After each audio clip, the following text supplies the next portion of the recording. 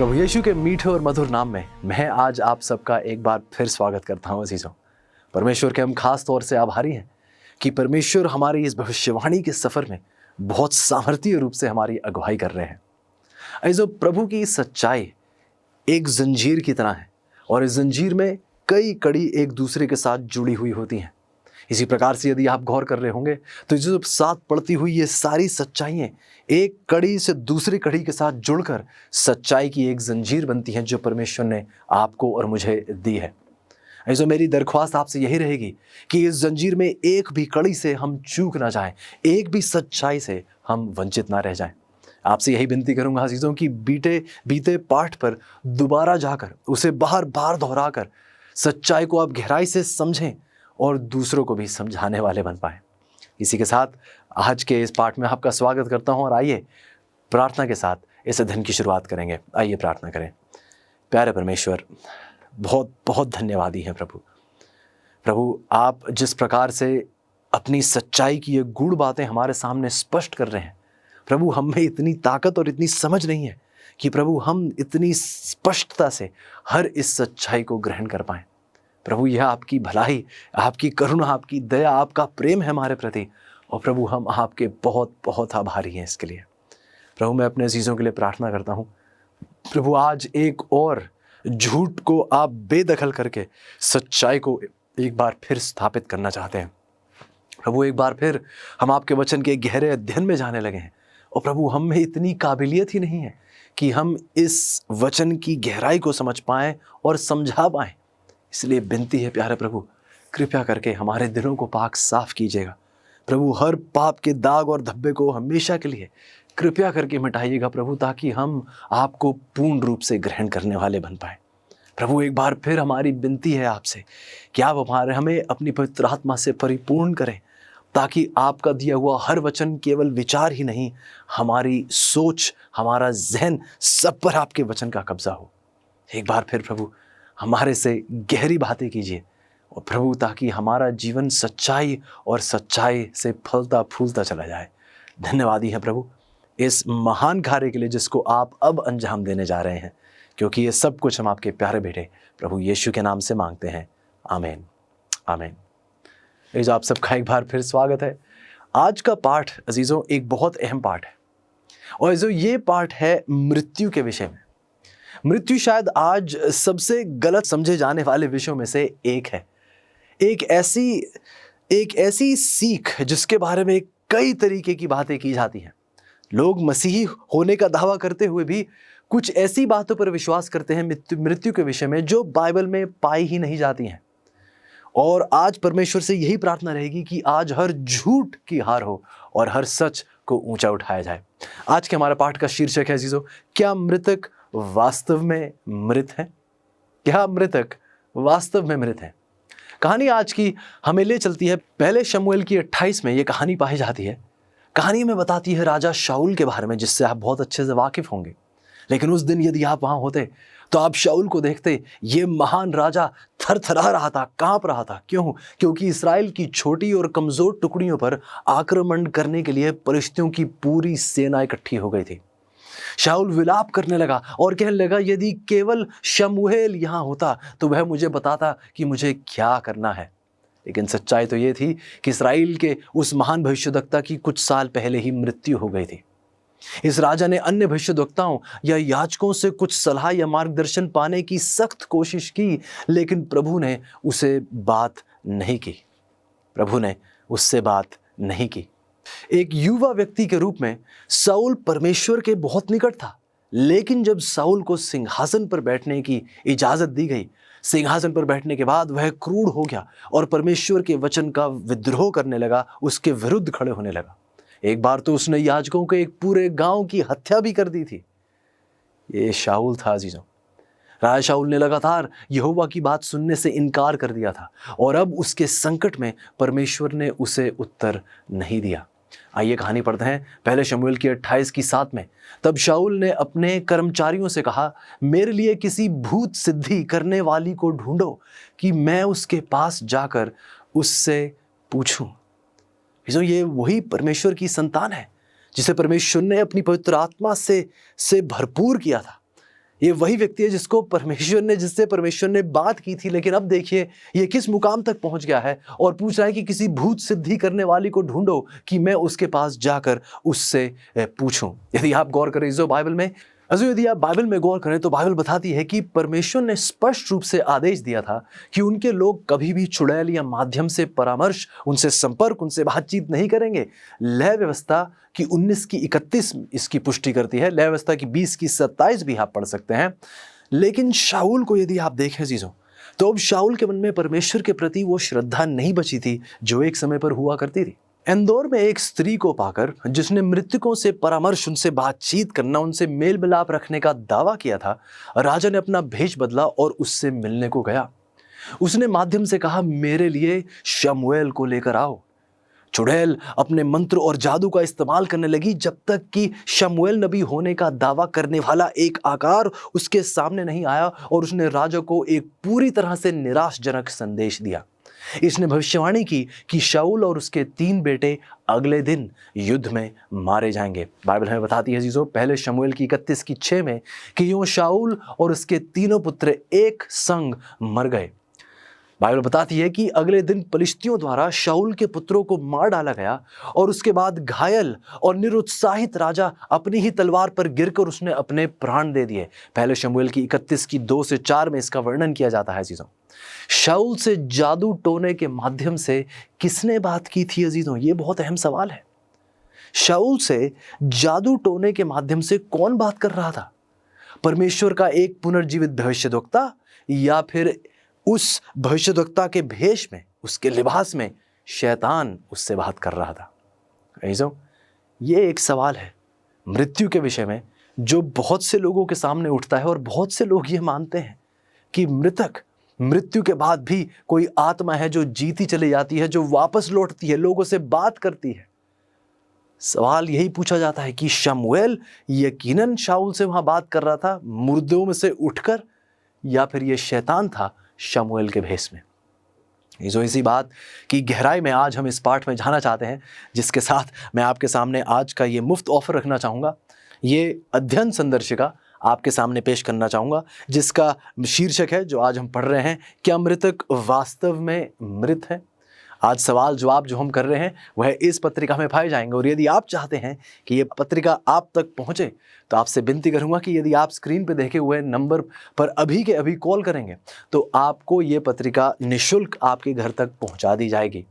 यदि आप वेबसाइट भी देखें अपने स्क्रीन पर तो उस वेबसाइट के माध्यम से भी आप इस पत्रिका को ऑर्डर कर सकते हैं और एक बार फिर अजीजों निःशुल्क ये पत्रिका आपके घर तक पहुंचा दी जाएगी। लेकिन एक बार फिर आपको पता है मैं आगे क्या कहने वाला हूं। आपसे यही गुजारिश रहेगी कि इस सच्चाई को कृपया करके अपने आप तक सीमित ना रखिएगा। कृपया करके इस सच्चाई को और बहुतों के साथ साझा कीजिए अजीजों। सबको परमेश्वर के वचन की सच्चाई ग्रहण करना बहुत ज़रूरी है। आइए अपने सवाल जवाब का सिलसिला शुरू करते हैं। पहला सवाल हमसे पूछता है, क्या वह रूप जो शाऊल ने देखा था वास्तव में शमूएल नबी था? बाइबल बताती है अजीजों पहले राजा की 22 में उसने कहा, मैं जाकर उसके सब भविष्यद्वक्ताओं में बैठकर उनसे झूठ बुलवाऊंगी। आगे देखिएगा, प्रकाशित वाक्य की 16 की 14 कहती है, ये चिन्ह दिखाने वाली दुष्ट आत्माएं हैं। ये जो बाइबल बहुत स्पष्ट कर देती है कि ये शमूएल नहीं, बाइबल बताती है कि अक्सर चिन्ह दिखाने वाली दुष्ट आत्माएं हैं। ये जो हम देखते हैं कि शैतान के साथ जो दूत स्वर्ग से निकाले गए थे, ये दुष्ट आत्माएं आज पूरी ताकत के साथ कुछ चिन्ह दिखाती है, लोगों को भरमाने की कोशिश में, सच्चाई से गुमराह करके झूठ के अंधकार में ले जाने की कोशिश। अगला सवाल हमसे पूछा जाता है कि क्या मरे हुए लोग जीवित लोगों के साथ बातचीत करने या जीवित करने के लिए वापस आते हैं? बाइबल जवाब देती है अजीजों अय्यूब की 14 की 21 में कि यदि उसके पुत्र कभी सम्मान पाते हैं तो उसे कभी उसका पता नहीं चलता है। यदि उसके पुत्र कभी अपमान भोगते हैं जो वह उसे कभी देख नहीं पाता। ये जो सवाल आपके सामने स्पष्ट है, हमने पूछा कि क्या मरे हुए लोग जीवित लोगों के साथ बातचीत करने या जीवित करने के लिए वापस आते हैं? बाइबल बताती है कि यदि एक व्यक्ति मर जाता है और उसके पुत्रों का सम्मान होता है तो उसे उसके बारे में कुछ नहीं पता चलता। यदि उसके पुत्र कभी अपमान भोगते हैं तो जो वह उसे कभी देख ही नहीं पाता है उस अपमान को। बाइबल आगे बताती है हमें सबोपदेशक की 9:5 में कि मरे हुए तो कितना जानते हैं अजीजों? कुछ भी नहीं जानते। मरे हुओं को कोई और प्रतिदिन नहीं मिलता है। आगे देखिएगा, सबोपदेशक की 9:5 और 6 आगे कहती है, लोग उन्हें जल्द ही भूल जाते हैं। किसी व्यक्ति के मर जाने के बाद उसका प्रेम, घृणा, ईर्ष्या सब समाप्त हो जाते हैं।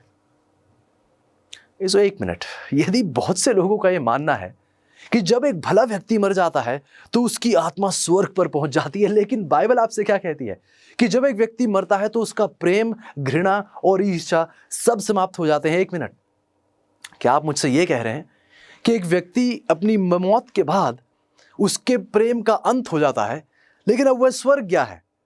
तो क्या स्वर्ग एक ऐसी जगह है जहां धर्मी लोग तो हैं लेकिन प्रेम बिल्कुल नहीं है? इसलिए क्या आप ये कहना चाह रहे हैं कि स्वर्ग आज ऐसे लोगों से भरा हुआ है जिनके पास प्रेम की काबिलियत नहीं है? बगैर प्रेम के स्वर्ग भरा हुआ है। ये कैसे मुमकिन हो सकता है? परमेश्वर स्वयं प्रेम है। परमेश्वर स्वर्ग को एक प्रेम से वंचित जगह कैसे बना सकते हैं? शायद हम गौर नहीं करते। चीज़ों बाइबल बहुत स्पष्ट है, लेकिन अक्सर हम बाइबल के इस गहरे अध्ययन में ध्यान नहीं देते। मैं उम्मीद कर रहा हूं कि आज आप बाइबल की सच्चाई को दिल से लगाकर सच्चाई पर अपने कदम आगे बढ़ाएंगे।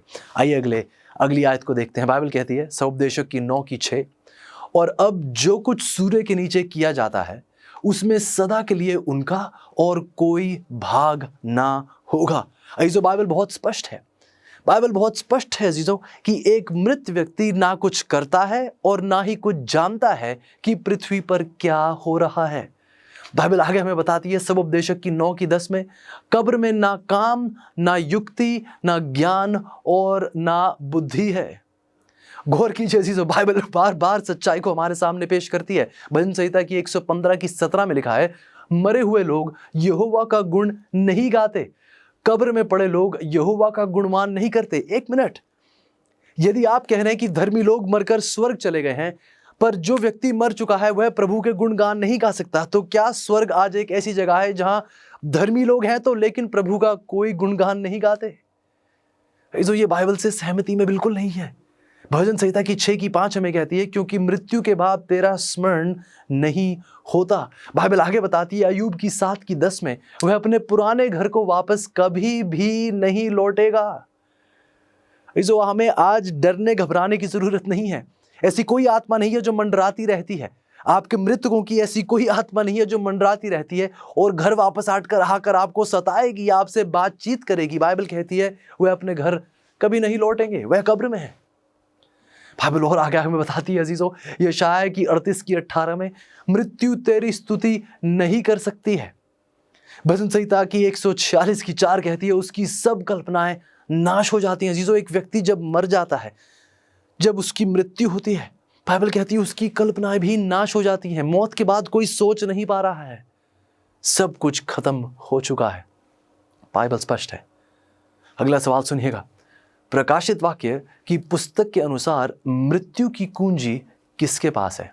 प्रकाशित वाक्य की पुस्तक के अनुसार मृत्यु की कुंजी किसके पास है? प्रकाशित वाक्य 1:18 हमें बताती है, मैं मर गया था और अब देख मैं युगायुग जीवित हूं और मृत्यु और अधोलोक की कुंजियां मेरे ही पास है। ऐसे बाइबल एक बार फिर स्पष्ट है, केवल प्रभु यीशु के पास ही मृत्यु की कुंजियां हैं, शैतान के पास नहीं। मृत्यु के बारे में हमारे प्रश्नों के उत्तर के लिए हमें किसी और व्यक्ति के दर पर खटखटाने की जरूरत नहीं है। प्रभु यीशु के पास मृत्यु के विषय में हमारे सब सवालों का जवाब है। परमेश्वर के वचन में यदि हम गहरा अध्ययन करें तो आयत दर आयत, कुछ यहाँ से कुछ वहाँ से, परमेश्वर अपनी सच्चाई हमारे सामने स्पष्ट करते हैं। अगला सवाल पूछा जाता है चीज़ों कि परमेश्वर ने मनुष्य को प्रारंभ में कैसे बनाया? क्या ये सवाल ज़रूरी है? मैं समझता हूँ बहुत ज़रूरी है।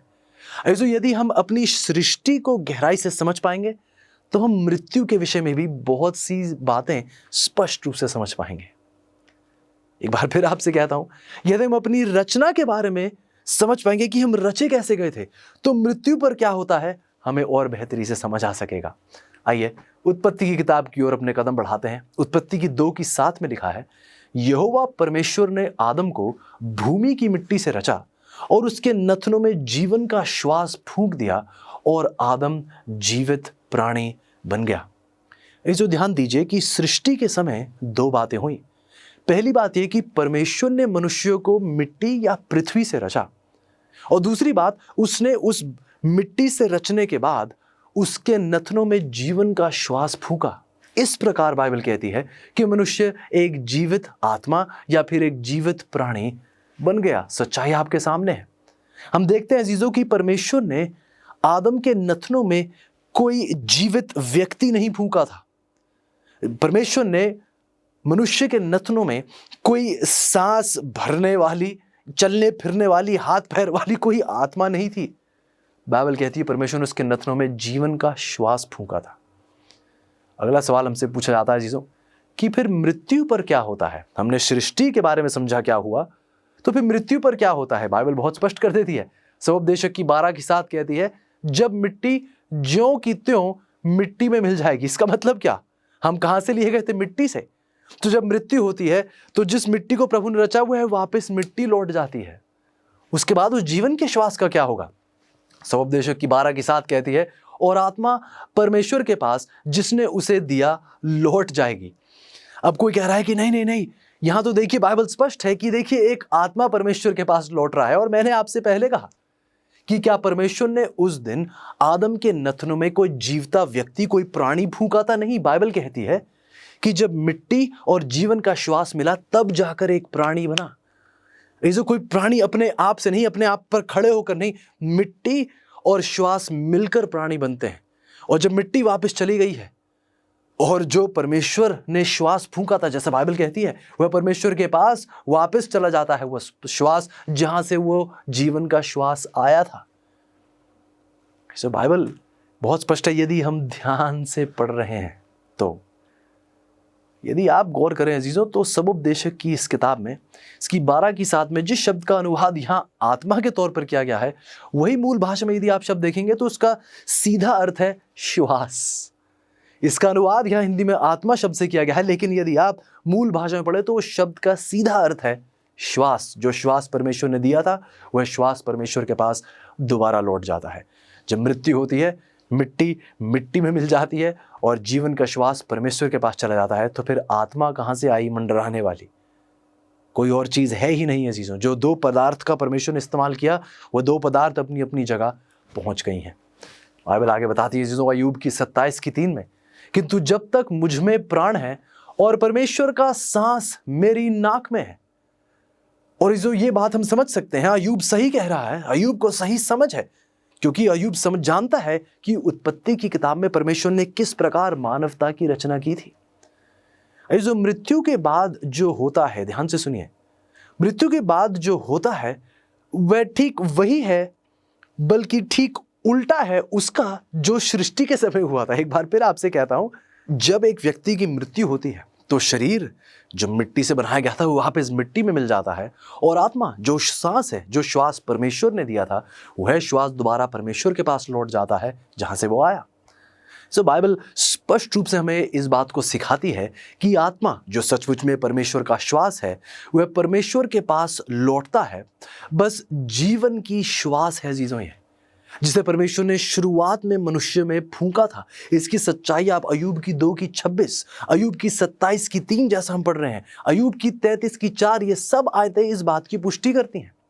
भजन संहिता की 104:29 और 30 में यदि आप पढ़ें तो बाइबल कहती है, तू उनकी सांस ले लेता है, उनके प्राण छूट जाते हैं और मिट्टी में फिर मिल जाते हैं, फिर तू अपनी ओर से सांस भेजता है और वह सृजे जाते हैं। जो बाइबल आयत दर आयत हम देखते हैं कि भजन संहिता का लेखक परमेश्वर से सहमत है, जैसा उत्पत्ति में परमेश्वर ने किया। अय्यूब परमेश्वर के साथ सहमति में है, क्योंकि ये सब जानते हैं अजीजों परमेश्वर ने किस प्रकार मानवता को रचा। जो बाइबल कहीं भी एक आत्मा जो शरीर से निकलकर अपने आप जी रही है, ये पदार्थ आई कहां से? जब ये पदार्थ सृष्टि के समय थी ही नहीं। परमेश्वर ने मिट्टी को लिया, परमेश्वर ने जीवन के श्वास को फूंका। जब मृत्यु हुई, मिट्टी मिट्टी में मिली, जीवन का श्वास परमेश्वर के पास गया, तो फिर आत्मा, ये पदार्थ कहां से आ रहा है? बाइबल स्पष्ट कहती है ये आत्मा जो हम कहते हैं ये वही जीवन का श्वास है जो परमेश्वर ने दिया, वापस परमेश्वर के पास चला गया। ये कोई चलता फिरता जीवित कोई व्यक्ति नहीं है। लेकिन फिर सवाल पूछे जाते हैं कि फिर मौत के अनुभव के बारे में क्या? कुछ लोग कहते हैं कि मैं कोई व्यक्ति मर चुका था और कुछ देख रहा था, अपने अपने बारे में, अपने मरे हुए शव को देख रहा था। जो बाइबल देखिए अगले सवाल के साथ हमारी मदद करती है। जब मृतक मरते हैं तो वह कहाँ जाते हैं? यह सवाल हमारा मदद करेगा इस पहले सवाल को समझने के लिए कि जब मृतक मरते हैं तो वह कहाँ जाते हैं। बाइबल जवाब देती है चीज़ों, अय्यूब की 21 की 32 में, तो भी वह कब्र को पहुंचाया जाता है और लोग उस कब्र की रखवाली करते रहते हैं। तो बाइबल स्पष्ट है, जब एक व्यक्ति मरता है मिट्टी वापस मिट्टी में है, कब्र में चली गई है, मिट्टी है जहां से व्यक्ति को रचा गया था। यूहन्ना की 5 की 28 कहती है, जितने कहां पर हैं? कब्रों में हैं, उसका शब्द सुनकर निकलेंगे। जो बाइबल बताती है कि मृतक दोनों धर्मी और अधर्मी अपनी कब्रों में जो हैं और यीशु की आवाज को उन्हें कब्र से पुरस्कार या दंड देने के लिए बुलाते हुए वह सुनेंगे। बाइबल बहुत सरल शब्दों में अजीजों है बताती है कि मृत्यु के बाद ना आप स्वर्ग गए हैं या फिर ना ही आप अधोलोक गए हैं। बाइबल कहती है कि आप कब्रों में हैं और प्रभु यीशु के आगमन में हमें बताया जाता है कि हम उसका शब्द सुनकर अपनी कब्रों से निकलेंगे।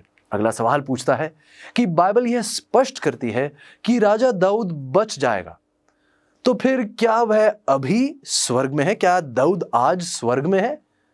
दाऊद को धर्मी करार किया जाता है, तो फिर जब दाऊद बचाया जाएगा और यह धर्मी था, जब इसकी मृत्यु हुई तो क्या इसे आज स्वर्ग में होना चाहिए? लोगों का मानना है। देखते हैं बाइबल क्या कहती है, ये नहीं कि लोग क्या कह रहे हैं। सुनते हैं जीजो बाइबल क्या कहती है। प्रेरितों के काम की 2 की 29 कहती है, हे भाइयों, मैं उस कुलपति दाऊद के विषय में तुमसे साहस के साथ कह सकता हूं। क्या कहता हूं उसके बारे में? क्योंकि दाऊद तो स्वर्ग पर नहीं चढ़ा। प्रेरितों के काम की 2 की 34 से सच्चाई को स्पष्ट कर देते हैं कि दाऊद स्वर्ग में नहीं है। ऐसो पतरस ने स्पष्ट रूप से कहा है कि दाऊद मर चुका है और गाड़ा गया है, स्वर्ग में जीवित नहीं है वो आज। इसके अलावा इब्रानियों की 11 की 32 से 40 इस बात को स्पष्ट करती है कि युगों के सभी विश्वास योग्य लोगों को अभी तक पुरस्कृत नहीं किया गया है, बल्कि सभी को एक साथ पुरस्कृत किया जाएगा। ऐसा आप पढ़ सकते हैं इब्रानियों की 11 की 39 और 40 में। बाइबल अजीजों बार बार सच्चाई को छुपाने की कोशिश नहीं, बल्कि सच्चाई को प्रकाशित करने की कोशिश कर रही है। तो फिर अगला सवाल होगा कि क्या अभी कोई व्यक्ति है जो अभी स्वर्ग में, कोई धर्मी जो मरा हो जो अभी स्वर्ग में है? बाइबल देखिए क्या कहती है चीज़ों। मरकुस की 9 की 1 से 8 में हम कुछ सच्चाइयां पढ़ते हैं। हम देखते हैं कि किस प्रकार, आपको याद होगा कि प्रभु यीशु जब उस पर्वत पर थे तो हम देखते हैं वह प्रार्थना में थे और उसी के साथ एक हाथ पर मूसा दिखाई दिया और दूसरे हाथ पर एलिया उनके सामने नजर आया। मूसा से आप अच्छे से वाकिफ हैं। मूसा की मृत्यु हुई थी और प्रभु इसे स्वर्ग ले गए थे। इसकी मृत्यु के बाद इसे जिलाया गया और इसे स्वर्ग ले जाया गया था। एलिया से आप वाकिफ हैं कि एलिया बिना मृत्यु देह के ही परमेश्वर इसे स्वर्ग ले गए थे। हनूक से आप वाकिफ होंगे कि मृत्यु देखे बगैर हनूक को भी स्वर्ग ले जाया गया था। और यदि आप गौर करें अजीजों, यदि आप गौर करें तो मूसा और एलिया ही क्यों आए थे? मूसा और एलिया को ही क्यों वहां पर पेश किया था प्रभु यीशु के साथ, जब वह बिल्कुल महिमा में परिवर्तित हो गए थे और चेले कहने कि हमें यहाँ पर एक तंबू गाड़ देने चाहिए। लेकिन यदि आप गौर करें अजीजों तो ये 2 व्यक्ति मूसा और एलिया उन 2 वर्ग को दर्शाते हैं जो प्रभु यीशु के दूसरे आगमन में पाए जाएंगे। एक ऐसा वर्ग होगा जिनकी मृत्यु हुई होगी मूसा की तरह, जिन्हें प्रभु यीशु के आगमन पर जिलाया जाएगा और स्वर्ग ले जाया जाएगा। दूसरा वर्ग एलिया की तरह होगा जो जीवित होंगे प्रभु के आगमन में और उन्हें जीवित ही स्वर्ग ले जाया जाएगा। ओ अजीजों, बाइबल इतनी दिलचस्प है, इतनी सामर्थी है। आइए हम ध्यानपूर्वक इन सच्चाइयों पर गौर करें। देखिए मूसा के विषय में यहूदा की 1 की 9 में हमें बताया जाता है, परंतु प्रधान स्वर्गदूत मिकाएल ने जब शैतान से मूसा की लोथ के विषय में वाद विवाद करता था, जिसे बाइबल स्पष्ट करती है कि मूसा की लोथ के विषय वाद विवाद हो रहा था क्योंकि प्रभु मूसा को जिलाकर स्वर्ग ले जाना जा रहे थे। मत्ती की 27 इसकी 52 और 53 में लिखा है, और कब्रें खुल गईं और सोए हुए पवित्र लोगों की बहुत लोथें जी उठीं, और उसके जी उठने के बाद वह कब्रों में से निकलकर, बाइबल कहती है, पवित्र नगर में वो गए और बहुतों को दिखाई दिए। बहुतों को दिखाई दिए। ऐसे बाइबल हमें ये भी कहती है कि जब प्रभु यीशु की मृत्यु हुई, बाइबल कहती है कि कब्रें खुल गईं, सोए हुए पवित्र लोग की बहुत लोथें जी उठीं, और उसके जी उठने के बाद वह कब्रों में से निकलकर वह पवित्र नगर में गए और बहुतों को दिखाई दिए। ये जो हम देखते हैं कि प्रभु यीशु का जब पुनरुत्थान हुआ तो उन्हीं के साथ और भी लोग थे जिनका पुनरुत्थान हुआ, जिन्हें कब्रों में से उठाया गया और वह पवित्र नगर में गए और वह बहुतों को दिखाई दिए। ये जो बहुत जल्द एक दिन आ रहा है, बहुत जल्द एक दिन आ रहा है जब प्रभु यीशु बादलों को चीरते हुए आएंगे, और वही दो वर्ग हमें नजर आएंगे, जो कब्रों से निकाले जाएंगे धर्मी लोग और प्रभु यीशु के साथ ले जाए जाएंगे। जो धर्मी जीवित होंगे और प्रभु यीशु के साथ बादलों में उठाए जाएंगे और अनंत जीवन में प्रवेश करेंगे। क्या आप उन लोगों के साथ जुड़ना नहीं चाहेंगे जीजों?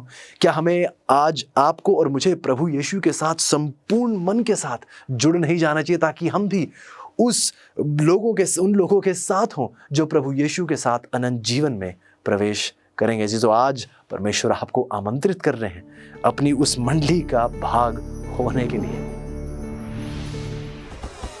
हमारे टूटे हुए संसार के लिए क्या प्रभु की योजना जानना चाहते हैं? जैसे हम बाइबल की भविष्यवाणी देखते हैं, आप अपनी सबसे बड़ी चुनौतियों के लिए भरोसेमंद हल प्राप्त करना चाहते हैं। प्रोत्साहित करने वाली और प्रकाशन देने वाली amazing facts Bible study guide Bible पर आधारित 27 टॉपिकल लेसन्स प्रदान करती हैं, जिसमें सुंदर ग्राफिक्स और स्पष्ट उत्तर दिए गए हैं, जिसे समझना बहुत ही आसान है। हर बाइबल स्टडी गाइड आपको व्यवहारिक उत्तर की ओर लेकर जाती है, आपके जीवन के सबसे महत्वपूर्ण सवालों के लिए। मैं कैसे तंदुरुस्त संबंध पा सकता हूँ, यीशु मसीह फिर से कब और कैसे आएंगे, और भी बहुत कुछ। अपने भविष्य को अवसर पर मत छोड़िए, सत्य से अपने जीवन को बदल दीजिए। Amazing facts Bible study guide के द्वारा ये उपलब्ध हैं इंग्लिश, हिंदी, तमिल और तेलुगु भाषा में।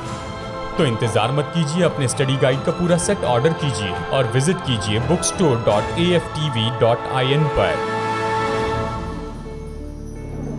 अगला सवाल हमारे सामने रखा जाता है, लेकिन क्या ये सच नहीं है कि आत्मा अमर है और केवल शरीर मरता है? ऐसे एक और बहुत गलत फहमी है, जो लोग मानते हैं कि एक आत्मा है और ये आत्मा तो अमर रहती है। बाइबल ने ये बात अब तक स्पष्ट कर दी है, लेकिन आइए और सबूतों की ओर देखते हैं। यहेजकेल की 18:4 कहती है, जो प्राणी पाप करे वही मर जाएगा। अय्यूब की 4:17 कहती है, क्या नाशमान मनुष्य ईश्वर से अधिक न्यायी होगा? सो बाइबल स्पष्ट करती है कि एक प्राणी जो पाप करेगा वही मर जाएगा।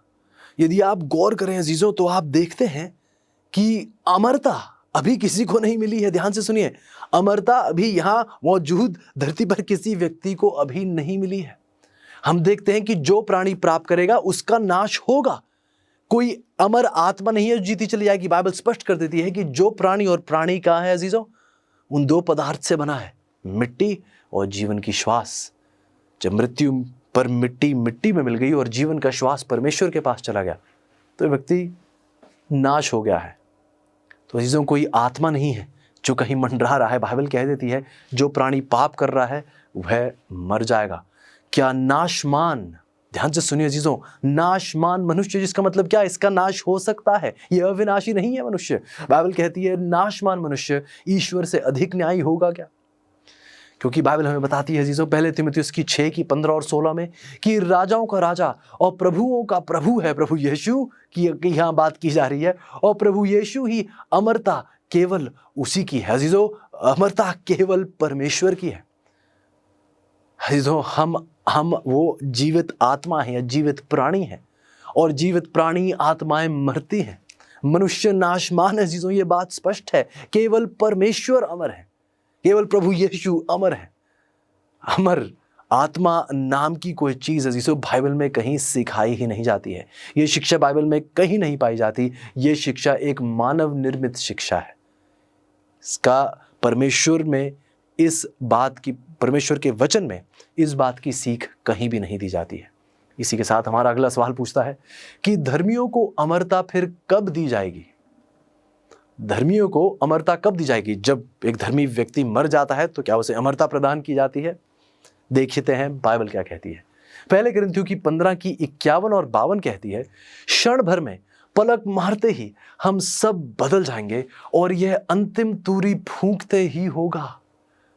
जो हम पल भर में, बाइबल कहती है पल भर में हम बदल जाएंगे और ये अंतिम तूरी जब फूंके जाएगी तब ऐसा होगा, हम बदले जाएंगे। बाइबल आगे कहती है क्योंकि तूरी फूंकी जाएगी और मुर्दे अविनाशी दशा में उठाए जाएंगे। ऐसा कब होगा अजीजों? मुर्दे अविनाशी दशा में कब उठाए जाएंगे? प्रभु यीशु के दूसरे आगमन पर, जब तूरी फूंकी जाएगी और परमेश्वर के शब्द के द्वारा जो प्रभु यीशु में मृत हैं वह प्रभु यीशु में जीवित होंगे। और अवश्य है कि यह मरणहार देह अमरता को पहन लेगी। अजीजों, हमें अमरता कब प्राप्त होती है? प्रभु यीशु के दूसरे आगमन पर।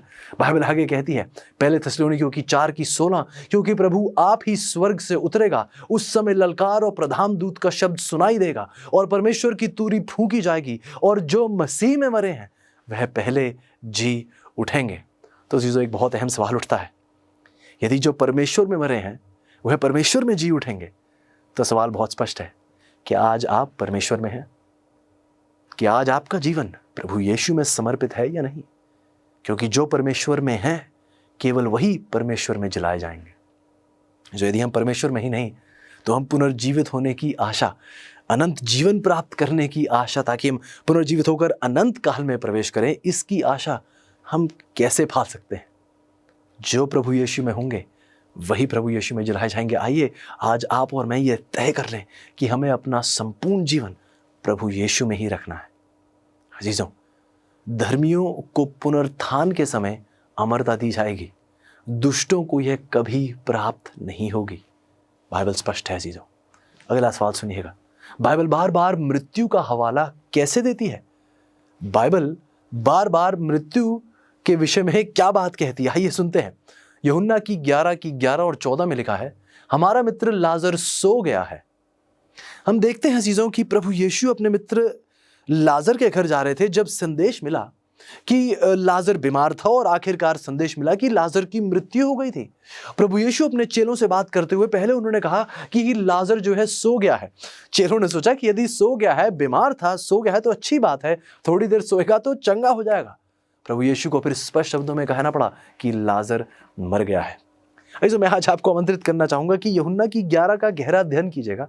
यूहन्ना की 11 केवल मार्था और मिरियम और लाजर और प्रभु यीशु की मित्रता की कहानी ही नहीं है, लाजर की मृत्यु और उसके जलाए जाने की कहानी नहीं है, बल्कि यदि आप गौर करें तो मृत्यु के विषय में एक बहुत गहरी सीख, ये पाठ बहुत गहरी जानकारी देता है अजीजों, हमें बाइबल की सच्चाई को स्पष्ट करता है मृत्यु के विषय में। और मैं आपसे गुजारिश करूंगा कि इस कहानी को बहुत संदर्भीय रूप से गहराई से पढ़िएगा। यूहन्ना की 11 इसकी 11 और 14 में हमें स्पष्ट बताया जाता है, पहले यीशु खुद ही बताते हैं लाजर सो गया है और फिर बताते हैं कि मैं इसलिए ऐसे कह रहा हूं, सो गया है का मतलब यह है कि लाजर मर गया है। आगे सुनिएगा, यूहन्ना की 11 की 39 में यहां प्रभु यीशु से बात करते हुए कहा जाता है कि ये मत खोलिएगा, ये कब्र मत खोलिए। उसकी अपनी बहन प्रभु यीशु से कह रही हैं, उसकी कब्र मत खोलिए। प्रभु ने आदेश दिया था कि इस कब्र से पत्थर हटाया जाए, लेकिन उसकी अपनी बहन कहती है कि अब आप वहां से पत्थर ना हटाएं, वहां से बहुत दुर्गंध आती होगी। क्यों? क्योंकि उसे मरे हुए 4 दिन हो गए हैं। यूहन्ना की 11 की 43 और 44 में लिखा है, यह कहकर उसने बड़े शब्द से पुकारा कि हे लाजर निकला। जो मर गया था वह कफन से हाथ पांव बंधे हुए निकल आया। क्या आपने गौर किया चीजों कि जब प्रभु यीशु कह रहे थे हे लाजर निकला, तो क्या प्रभु यीशु स्वर्ग की ओर देखकर कह रहे थे लाजर तू धर्मी है और आज स्वर्ग में है, स्वर्ग से उतरा? या प्रभु जैसे कुछ लोगों का मानना है कि अधलोक किसी हमारी धरती के भीतर एक ऐसी जगह है जहां आग तपती रहती है, क्या प्रभु यीशु नीचे देखकर कह रहे थे तू जो अधलोक में है लाजर अधलोक से नीचे से निकलकर ऊपर उभरा? नहीं अजीजों, लाजर यदि धर्मी था तो फिर स्वर्ग में होना चाहिए। उसे स्वर्ग से उतारा गया, अधलोक से निकाला गया, या फिर वह केवल अपनी कब्र में था और कब्र से उसे बाहर निकाला गया? अजीजों, बाइबल स्पष्ट है, प्रभु यीशु ने उसकी कब्र पर खड़े होकर एक शब्द से पुकारा कि हे लाजर निकल आ, और जो मर गया था वह कफन से हाथ पांव बंधे हुए निकल आया। क्या कभी आपने सोचा नहीं अजीजों कि जो व्यक्ति स्वर्ग से होकर आया है उसे तो स्वर्ग के विषय में कितनी कहानी बतानी चाहिए हमें, नहीं? क्या लाजर को तो एक पूरी किताब लिखनी चाहिए कि स्वर्ग में मुझे ये दिखाई दिया और ये दिखाई दिया, स्वर्गदूत दिखाई दिए, परमेश्वर को सिंहासन पर बैठे देखा। लाजर की चुप्पी इस सच्चाई का सबूत है कि लाजर को खुद कुछ नहीं पता था। लाजर खुद कहीं नहीं गया था, कब्र में था और कब्र से ही बाहर आया। ये जो बाइबल सच्ची है, यदि हम ध्यानपूर्वक बाइबल का अध्ययन कर रहे हैं तो बाइबल बार बार सच्चाई को हमारे सामने प्रकाशित करेगी। आइएगा मेरे साथ, मत्ती की किताब 27 अध्याय और उसकी 52 आयत कहती है, और कब्रें खुल गईं और सोए हुए पवित्र लोगों की बहुत लोथें जी उठी। बाइबल बताती है कि कब्रें खुल गई और सोए हुए पवित्र लोगों की बहुत लोथें जी उठी। जब प्रभु यीशु जिलाए गए तो प्रभु यीशु के जिलाए जाने के साथ बाइबल बताती है कि कब्रें भी खुल गई और सोए हुए पवित्र लोगों की बहुत लोथें जो थी वह उठी। आप आगे देखिएगा, पहले थिस्सलुनीकियों की 4:14 में भी लिखा है, परमेश्वर उन्हें भी जो यीशु में सो गए हैं उसी के साथ ले आएगा। बाइबल आगे बताती है भजन संहिता की 13:3 में कि हे मेरे परमेश्वर यहोवा, मेरी ओर ध्यान दे और मुझे उत्तर दें, मेरी आंखों में ज्योति आने दें, नहीं तो मुझे मृत्यु की नींद आ जाएगी। तो बाइबल बहुत स्पष्ट है। एक बार फिर इन आयतों को देखिए। बाइबल कहती है परमेश्वर उन्हें भी जो यीशु में सो गए हैं। इस बाइबल भजन संहिता में कहती है, जो भजन संहिता का लेखक परमेश्वर से कह रहा है कि प्रभु मुझे बचा लीजिए, मुझे मेरा उत्तर दीजिए, मेरी आंखों में ज्योति आने दें, नहीं तो मुझे मृत्यु की नींद आ जाएगी। सच्चाई यह है जीजों की बाइबल अक्सर मृत्यु को नींद के रूप में संदर्भित करती है। मृत्यु पूर्ण बेहोशी की एक ऐसी अवस्था है जिसके दौरान 15 मिनट बीत जाएं या 1000 वर्ष हो जाएं, इसका पता नहीं चलता है। क्या कभी आपने अनुभव किया है कि आप रात को सोते हैं, यदि आप पूरे दिन के प्रयास और मेहनत के बाद थक टूट कर जब आप बिस्तर पर सोने जाते हैं और अगली बार जब आपकी आंख उठती है, आप घड़ी की ओर देखते हो और अरे सुबह के 6 बज गए हैं या 5 बज गए हैं, और आप कहते हैं समय का पता ही नहीं चला, मैं तो अभी थोड़ी देर पहले मैंने अपना सिर रखा था। ठीक उसी तरह अजीजों, जब एक व्यक्ति की मृत्यु होती है तो उसे समय की धारा का पता नहीं चलता है कि कितना समय बीत चुका है। वह नींद में जाता है, नींद से उठाया जाता है, तो फिर चाहे उस व्यक्ति को मरे हुए 1000 वर्ष क्यों ना हो गए हों, जब प्रभु यीशु उसे जिलाएंगे तो उसके जीवन का शुरुआत हो जाता है। ठीक जहां से रुका था वहीं से उसके लिए एक पल भर की ही वो बात है। जो हम देखते हैं कि पुनरुत्थान तक मृतक केवल अपनी कब्रों में सो रहे हैं, जैसा बाइबल हमें बताती है। जब सभी को यीशु द्वारा उठाया जाएगा उसके पुनरागमन पर, तब हम देखते हैं कि जो प्रभु में सोए हैं वह प्रभु में उठ भी पाएंगे। ये शिक्षा कि मृतकों की आत्माएं स्वर्गीय स्वर्गदूत हैं या कोई धर्मी भूत जैसी कोई संस्था है जिससे संपर्क किया जा सकता है, इसका बाइबल में कोई भी आधार नहीं है। तो आपसे यही विनती होगी कि आइए हम उन्हीं सच्चाइयों पर अपना ध्यान केंद्रित करें जो परमेश्वर के वचन की सच्चाइयां हैं। अगला सवाल हमसे पूछता है, क्योंकि ओझा, चुड़ैलें और मनोवैज्ञानिक मृतकों से संपर्क नहीं कर सकते, तो वह किससे संपर्क कर रहे हैं? आइए देखें बाइबल क्या कहती है। प्रकाशित वाक्य की 16:14 हमसे कहती है चीजों की ये शैतानी दुष्ट आत्माएं थीं और उनमें चमत्कार दिखाने की शक्ति थी। जो स्वर्ग के स्वर्गदूतों को सेवा करने वाली आत्माएं कहा जाता है इब्रानियों की 1:14 में। ये वो हैं जो पृथ्वी पर लोगों की सहायता करते हैं। लेकिन हम ये भी देखते हैं, बाइबल बताती है कि शैतान के साथ स्वर्ग से निकाले गए स्वर्गदूत भी आत्माएं हैं, दुष्ट आत्माएं हैं, जो चमत्कार करके लोगों को धोखा देती हैं। प्रकाशित वाक्य की 16:13 और 14 इस बात को हमें बताती है। दूसरे थिस्सलुनीकियों की 2:9 आप पढ़ें तो बताया जाता है कि सारी शक्ति और चिन्ह और चमत्कार का ये उपयोग करते हैं। यदि आप आगे प्रकाशित वाक्य की 13:13 पढ़ें तो वहां तो हमें यहां तक ये बताया गया है कि मनुष्यों के सामने स्वर्ग से पृथ्वी पर आग बरसा सकते हैं ये। यदि आप आगे बाइबल में देखें तो बताया जाता है कि जब तांत्रिक मृत लोगों की आत्माओं से संपर्क करने का दावा करते हैं तो वह वास्तव में शैतान के उन गिरे हुए स्वर्गदूतों के संपर्क में होते हैं। यशायाह की 8:19 और 20 इस सच्चाई को भी स्पष्ट कर देती है। आइए अगला सवाल हमारे सामने पूछा जाता है कि शैतान क्यों चाहता है कि हम ये माने कि मृतकों की आत्माएं जीवित हैं। शैतान क्यों चाहता है? शैतान भली ऐसी झूठी सीख क्यों फैलाना चाहता है? आइए समझने की कोशिश करते हैं।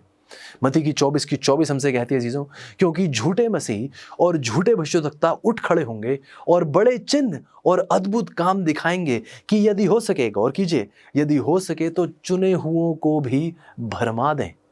ये भरमाने की साजिश है, परमेश्वर के वचन से अलग करने की, सच्चाई से जुदा करने की एक कोशिश है।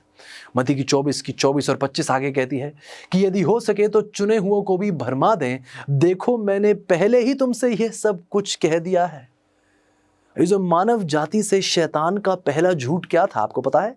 उत्पत्ति की 3:4 में शैतान ने वो पहला झूठ बोला कि तुम निश्चय ना मरोगे। तो ये अमर आत्मा की झूठी सीख कोई हाल ही में निकली हुई सीख नहीं है। ये तो शैतान का वो बहुत पुराना झूठ है, जो वो उस दौर से ही, बागे अदन से ही इस झूठ को फैलाता चला आ रहा है। हव्वा से वह कह रहा था कि आप पाप कर लीजिए, हालांकि रोमियो की 6 की 23 स्पष्ट है कि पाप की मजदूरी मौत है, लेकिन वह हव्वा से कह रहा है कि आप परमेश्वर की आज्ञा का उल्लंघन कर सकते हैं, आप पाप कर सकते हैं और किसी की मृत्यु नहीं होगी, आप निश्चय नहीं मरेंगे, आप निश्चय नहीं मरेंगे, आप तो अमर रहेंगे। सो शैतान तो चाहता है कि लोग विश्वास करें कि मरे हुओं की आत्माएं आज जीवित हैं। ऐसा इसलिए करता है ताकि उसके स्वर्गदूत संतों, भविष्यद्वक्ताओं और धर्मी अगुओं के रूप में प्रकट हो सकें।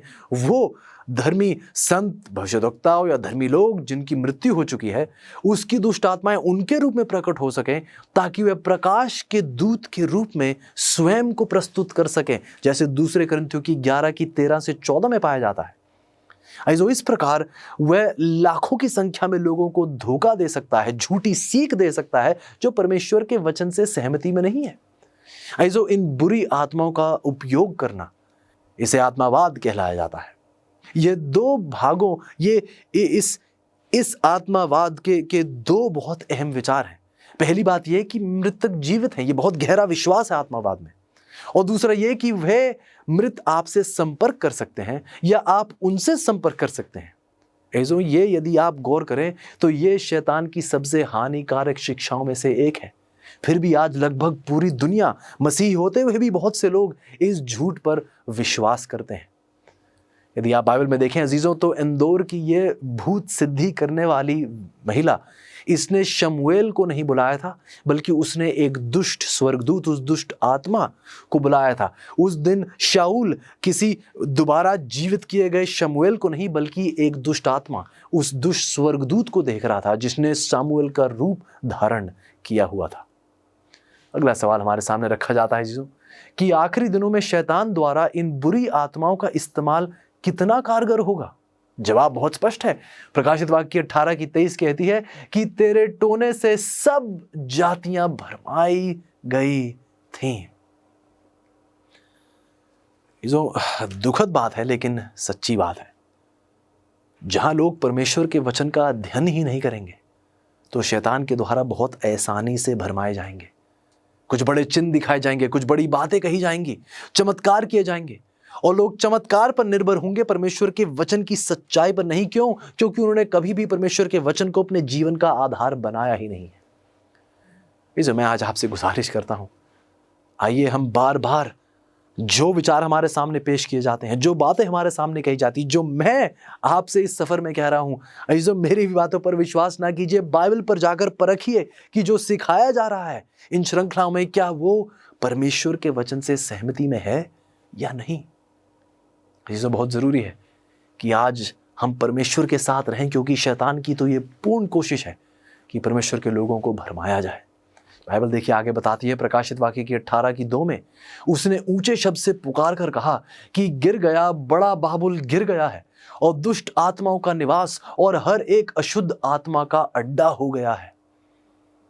सो बाबुल तो अब एक ऐसी संस्था है, एक मिलन है, दुष्टता का एक ऐसा मिलन है, जहां पर हम देखते हैं दुष्ट आत्माओं का निवास है, हर एक अशुद्ध आत्मा का अड्डा है।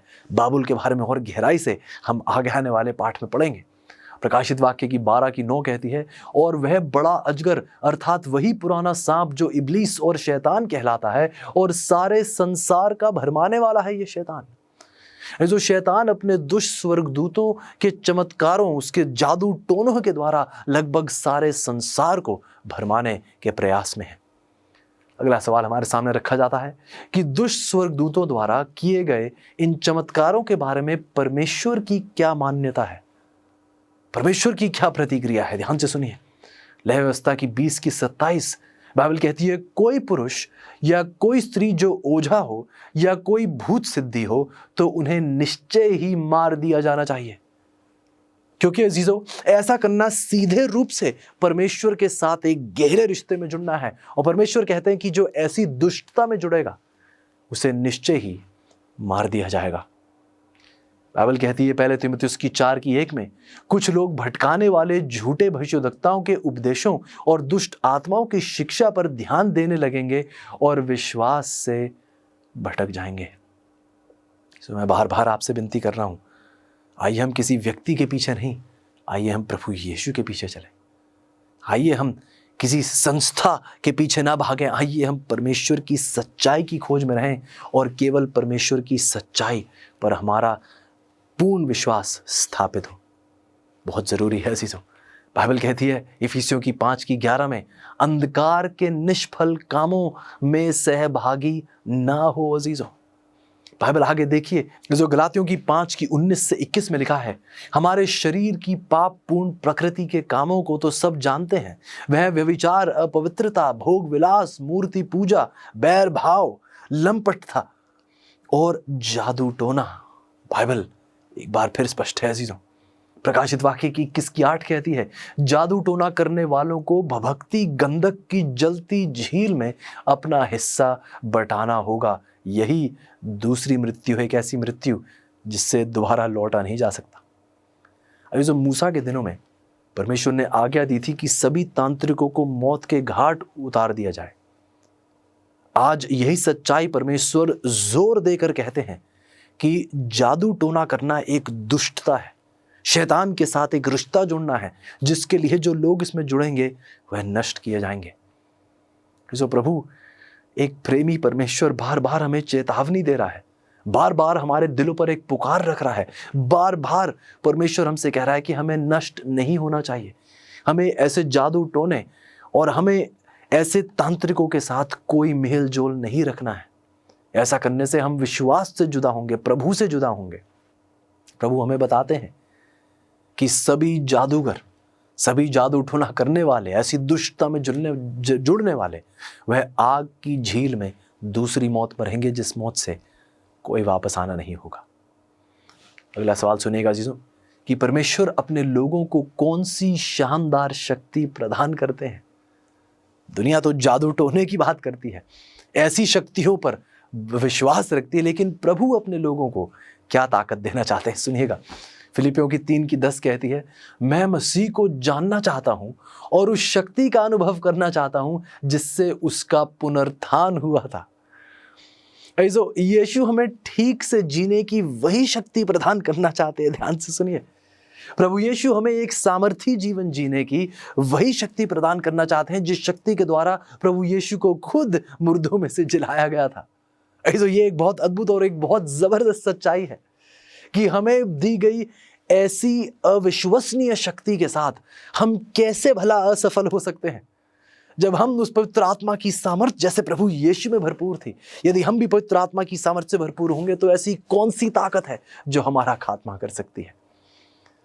अजीजों, एक ऐसी शक्ति, एक ऐसी सामर्थ्य जिसके लिए हमें कोई कीमत नहीं अदा करनी पड़, हमें कोई पैसे नहीं, कोई सोना चांदी नहीं देना पड़ रहा है। ऐसा क्यों?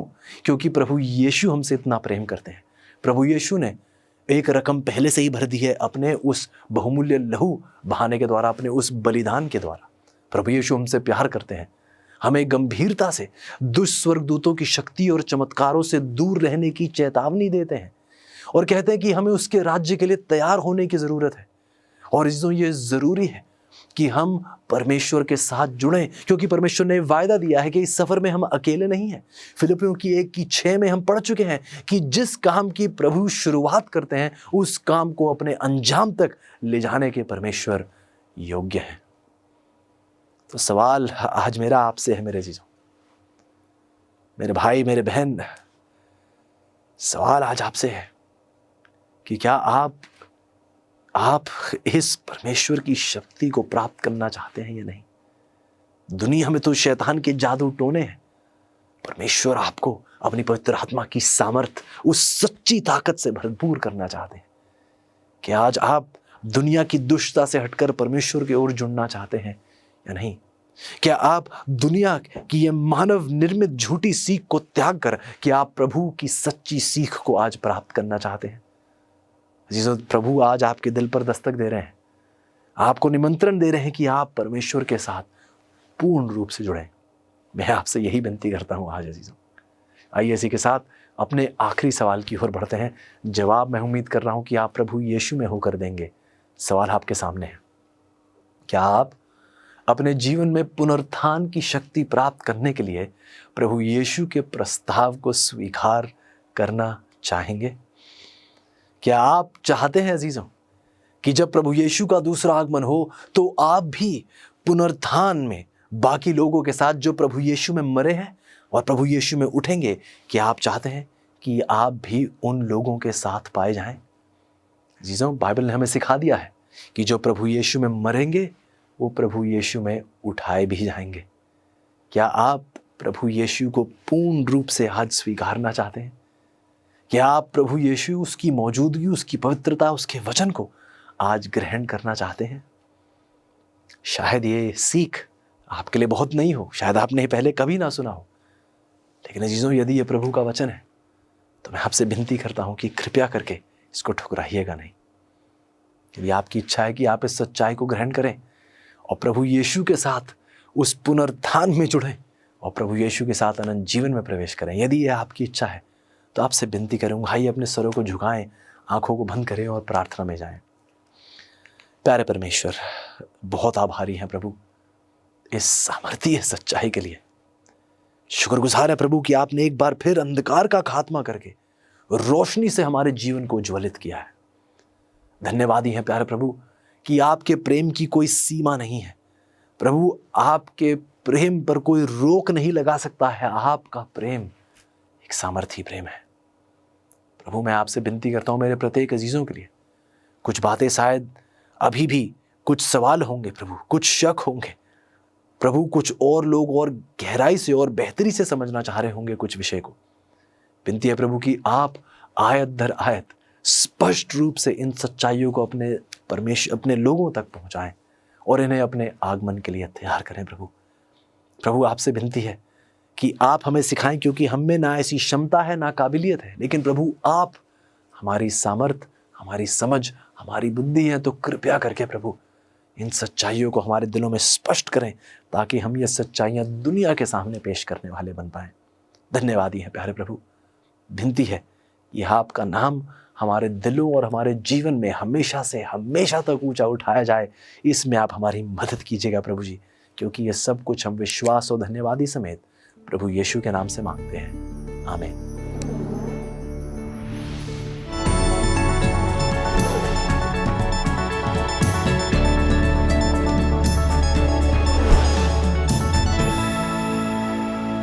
आज के स्मार्टफोन में ये पूरी संसार की जानकारी है जो आपके हाथ की हथेली में आ जाती है और हमारे अंगूठे से हम काम करते हैं।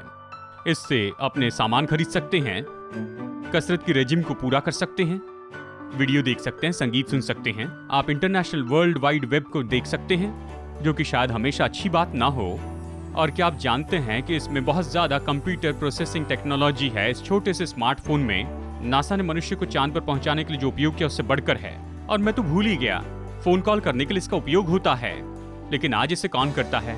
आज की बातचीत में कोई वाक्य ही नहीं रहते हैं, ये तो बस शॉर्ट मैसेज सर्विसिंग है या फिर SMS टेक्सटिंग है।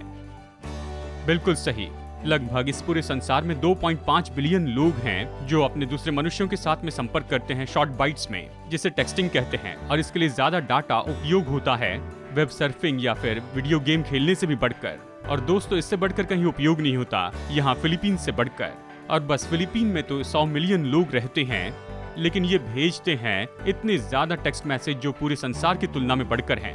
ये तो 12वां सबसे बड़ा देश है, लेकिन ये भेजते हैं 400 मिलियन टेक्स्ट मैसेजेस प्रतिदिन। वाव, ये तो उंगलियों का बहुत उपयोग है।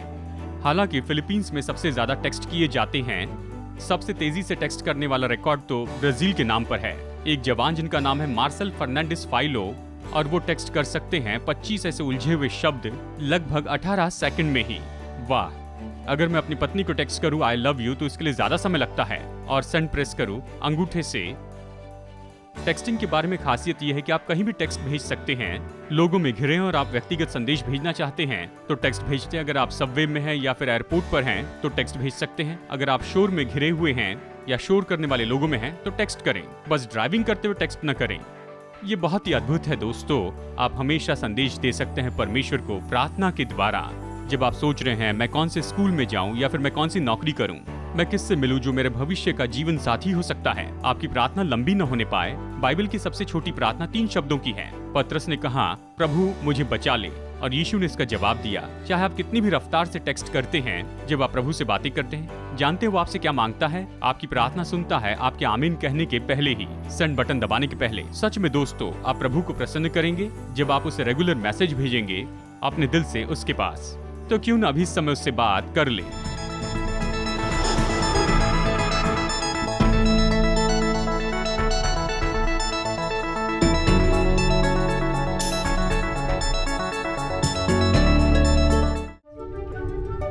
पचास साल से भी ज्यादा समय से अमेजिंग फैक्ट्स बाइबल की सच्चाई को पूरे संसार में बता रहे हैं। यीशु की आज्ञा है कि हम प्रचार करें, हर देश में, हर जाति में, हर भाषा में प्रचार करें।